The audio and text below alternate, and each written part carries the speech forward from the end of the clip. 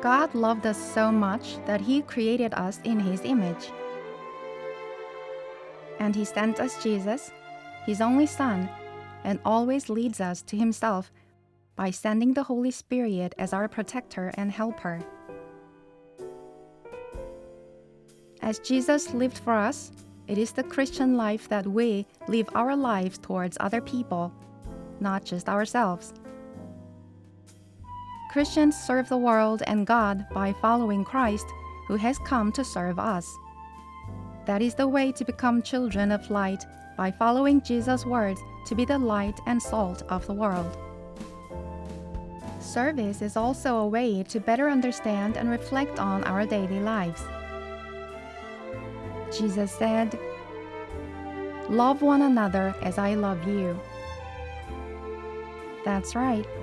Through service, we can return the love we received from God to our neighbors who are children of God. Neither my time nor my wealth is mine from the very beginning. God gives us everything for free, so we are giving it back to Him. Jesus revealed God's love in the midst of being with the outcasts and the sick, while touching their sore spots. This is the essence of service. I pass on God's gift and love to others on His behalf. Therefore, the proper service is to reveal God as Jesus did. It's not about revealing yourself. Jesus humbly reveals the actual service of God's love while washing His disciples' feet at the Last Supper before His death. Jesus said after washing all the disciples' feet, "If I, therefore, the Master and Teacher, have washed your feet, you ought to wash one another's feet." As He's coming to this world was not to be served, but to serve, Jesus tells us to serve our neighbors in the lowest place. Service cannot last long unless we do not serve with the mind of Jesus, the sense of God. Also, it is not what I do whenever I feel like doing, out of my selfish purposes or desire. Service for showing off oneself or doing against one's will is not the true spirit of service, nor can it last long. Both baptism and service are God's invitation. Therefore, saying that I will serve later when I have enough time or when I can afford it is to say no to God's calling. Service begins with the desire to share something, not with the material abundance.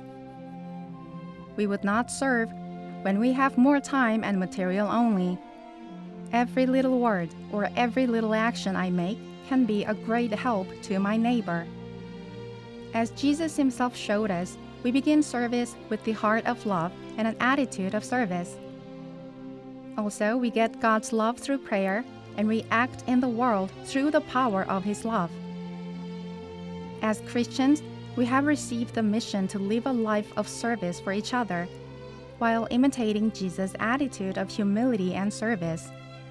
We are serving not because we are good or better than other people, but because Jesus has blessed us to do so. We humbly do what we can and leave the rest to Jesus. As we serve, we come to meet God and ourselves. So, even though it is physically challenging, the peace of God is with us. Service, serving for our neighbors, furthermore for God in the end, the essential of life of faith in which we become acquainted with God and ourselves. Service is the easiest way to meet God and deliver Him to others. Whatever they do, Christians act as tools of God, the love itself, with the help of the Holy Spirit. Service. Now, do not hesitate, do not be afraid. You can start right now.